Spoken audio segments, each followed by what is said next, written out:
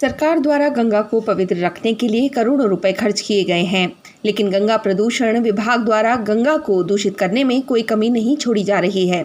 आपको बता दें कि क्योंकि सरकार द्वारा गंगा को पवित्र रखने के लिए लगभग 23 करोड़ रुपए खर्च कर एक नाला तैयार करना था, जिससे होकर सीवर का गंदा पानी किसानों के खेतों तक जाना था और गंगा को दूषित होने से बचाना था, लेकिन करोड़ों की लागत से तैयार नाला इस्तेमाल होने से पहले ही टूट गया है और सीवर का गंदा पानी गंगा में डाला जा रहा है। जल के अंदर इस तरह से मल छोड़ रहा है कि इसके ऊपर तो बड़ी सख्ती से कार्रवाई होनी चाहिए।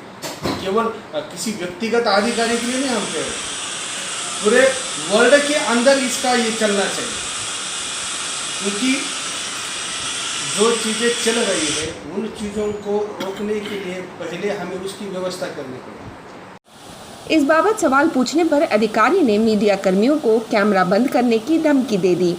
गंदा पानी उसमें गंगा जी में जा रहा है, ये जो गंदा पानी गंगा जी में जा रहा है, इसका क्या जवाब है आपके पास? हरिद्वार के महामंडलेश्वर स्वामी गिरिधर गिरी जी ने इस संदर्भ में कहा है कि मां गंगा को दूषित करने वालों पर सख्त कार्यवाही होनी चाहिए। पौड़ी के जीबी पंत अभियांत्रिकी एवं प्रौद्योगिकी संस्थान में प्रदेश के वन मंत्री डॉक्टर हरक सिंह रावत की ओर से इलेक्ट्रिकल व मैकेनिकल इंजीनियरिंग विभाग के 2 कार्यक्रमों का शुभारंभ किया गया। हरक सिंह ने अपने संबोधन में कहा कि अभाव में ही तरक्की का रास्ता बनता है और वर्तमान में कोरोना काल को भी हमें अवसर के रूप में देखना चाहिए। कोई भी इंजीनियर नवीन तकनीकी क्षेत्रों में नवीन तरह के जो टेक्नोलॉजीज डेवलप हो रही हैं उनके बारे में हमेशा अवेयर रहे। उसी उद्देश्य की पूर्ति हेतु ये 1 सप्ताह का शॉर्ट टर्म ट्रेनिंग कोर्स आयोजित किया जा रहा है मैकेनिकल इंजीनियरिंग विभाग के द्वारा, जिसमें देश के विभिन्न IITs जैसे IIT Roorkee, IIT BHU, NIT Srinagar, Garhwal और DRDO लैब के चुनिंदा विषय विशेषज्ञ micro machining, rapid prototyping, composite materials एवं मैन्युफैक्चरिंग टेक्नोलॉजी के बारे में अपने व्याख्यान देंगे। ये वेबिनार में तकरीबन 110 प्रतिभागी प्रतिभाग कर रहे हैं, जो कि उत्तराखंड स्टेट और देश के अन्य भागों से हैं।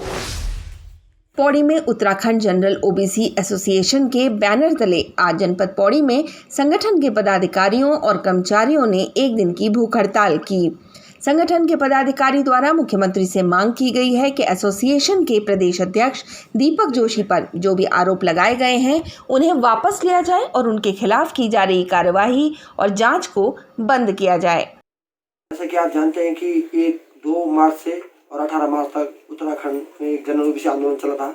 उस आंदोलन के बाद सरकार से समझौता हुआ था हम लोगों का कि कई बिंदुओं पर सहमति, कई असहमति हुई थी। उसके बाद केवल ये हुआ था कि कोरोना को दृष्टिगत हमने अपना आंदोलन स्थगित किया था, परंतु बहुत ही दुर्भाग्यपूर्ण स्थिति है कि सरकार द्वारा मात्र साजिशन एक दीपक जोशी को अनुभाग अधिकारी के नाम से संबोधित करते हुए एक जांच करवाई जा रही है, जो कि एक दुर्भाग्यपूर्ण स्थिति है। यदि अगर सरकार द्वारा अनुभाग अधिकारी के रूप में जांच कराई जा रही है तो क्या उस अनुभाग में सचिव स्तर, अपर सचिव स्तर, संयुक्त सचिव स्तर का कोई और अधिकारी दोषी नहीं है? ये दीपक जोशी मात्र दोषी है? तो ये कुछ चक्र सरकार द्वारा रचा गया है और इस कुछ चक्र का जो विरोध हो रहा है पूरे उत्तराखंड में है।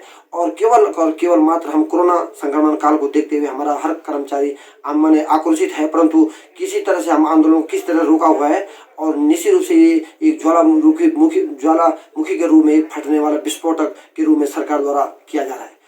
हमारा जो आंदोलन था वो हमारा सामूहिक आंदोलन था। जो भी हमारी जितनी भी परेशानियाँ थी उनको लेकर हमने सरकार के सामने अपनी बात रखी थी और वो बात सरकार द्वारा और मान ली गई है। तो हमें लगता है कि अब इस तरह की व्यक्तिगत रूप से दीपक जोशी सर को इस तरह से उनको जांच करनी है बिल्कुल भी किसी भी रूप से सही नहीं है, क्योंकि हम एक लोकतांत्रिक देश में रहते हैं और ये हमें कानून द्वारा अधिकार दिया गया है कि हम अपनी चुनी हुई सरकार से एक मंच के माध्यम से एक डिग्निफाइड वे में अपनी बात रख सकते हैं।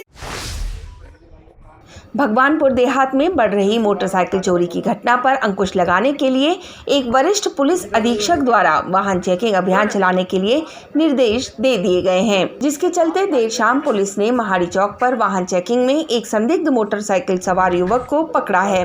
पूछताछ में इस युवक ने भगवानपुर से 2 मोटरसाइकिल चोरी करने की बात कबूली है। देहरादून में बीजेपी विधायक महेश नेगी पर लगे यौन शोषण के मामले पर विपक्ष ने बीजेपी की कार्यप्रणाली पर सवाल खड़े किए हैं। पार्टी में जरा सा भी साहस है, पार्टी में कुछ भी अगर थोड़े बहुत आदर्श और सिद्धांतों की बात करती है तो एक जनप्रतिनिधि के खिलाफ FIR लॉन्च हो गई, सार्वजनिक मामला हो गया, महिला दर की ठोकर खा रही जिसका शोषण किया गया, उत्पीड़न किया गया, उसके बाद भी बीजेपी चुप बैठी, अनुशासनिक कार्रवाई नहीं कर रही। तो कहाँ बीजेपी का अनुशासन? एक उनके विधायक ने पूरे उत्तराखंड वासियों को गाली दे दी, खूब दी, डट के गालियां दी, दिन भर रात भर फायर करते फिरते हैं, तो उनके खिलाफ कार्रवाई कहा, उनको सबको वापस ले लिया। तो बीजेपी ने तो अपने आप को बिल्कुल कहा अनुशासन बढ़ाओ, लूट मार करो, कुछ भी करो, तो उसकी लीडरशिप बहुत दब्बू टाइप की प्रवृत्ति की है।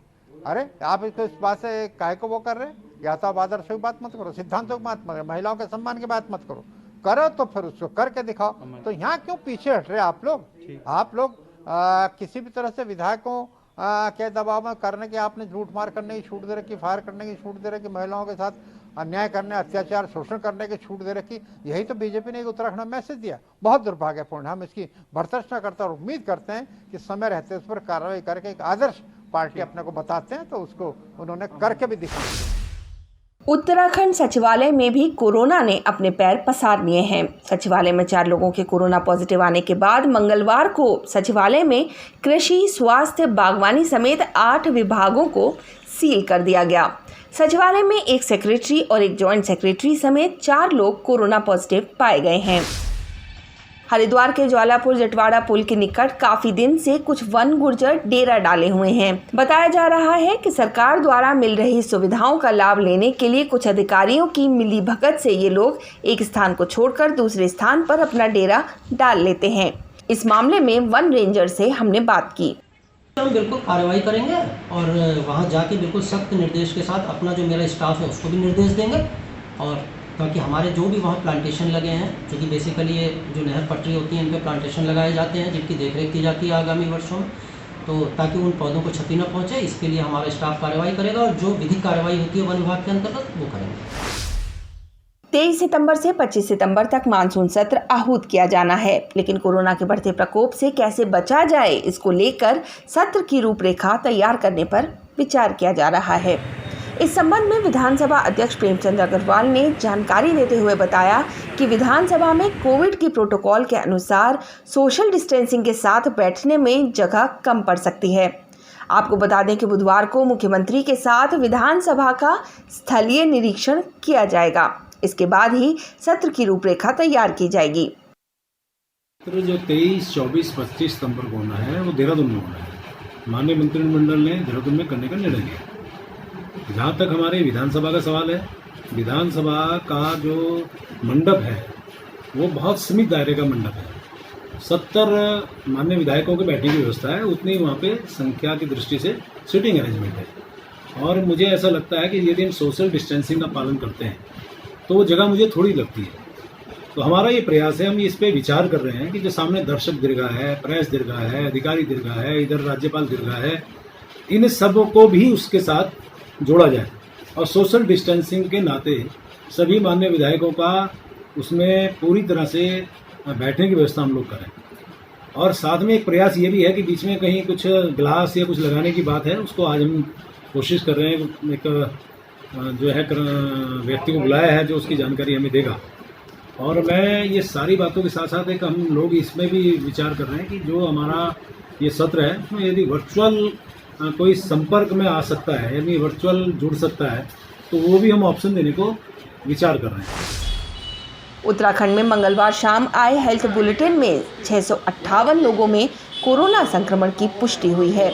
इसके साथ ही राज्य में कोरोना का आंकड़ा 26,000 के पार पहुंच गया है। सबसे ज्यादा 248 मामले राजधानी देहरादून से आए हैं और राज्य में अब तक 360 कोरोना संक्रमित मरीजों की मौत हो चुकी है। तो ये थी आज दिन भर की बड़ी खबरें। जुड़े रहिए न्यूज़ स्टूडियो से।